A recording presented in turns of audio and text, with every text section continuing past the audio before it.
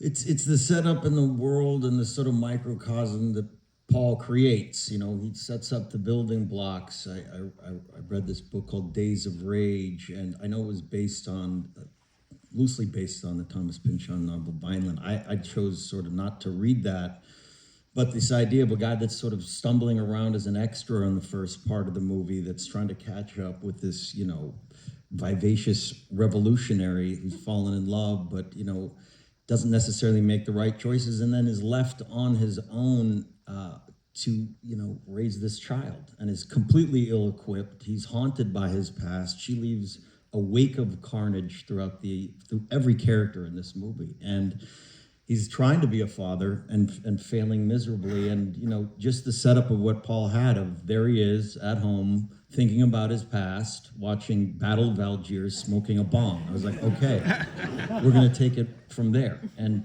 just the setup that this man, what would he be doing when his daughter gets kidnapped and his past comes back to haunt him? He'd be sitting there stoned out of his mind, paranoid, and in a robe, in a robe for the rest of the movie, and continuously failing. But I think that the one thing that we kind of discovered when we were making this character together was Paul said something to me in the middle of shooting, which is, there's a traditional way to play this character. There's something that is expected, and I think he always takes an unexpected route. And it's the sheer pursuit of never giving up for the person that he loves, and that's his heroism at the end of the day. He's just a relentless hound dog that is falling off of roofs and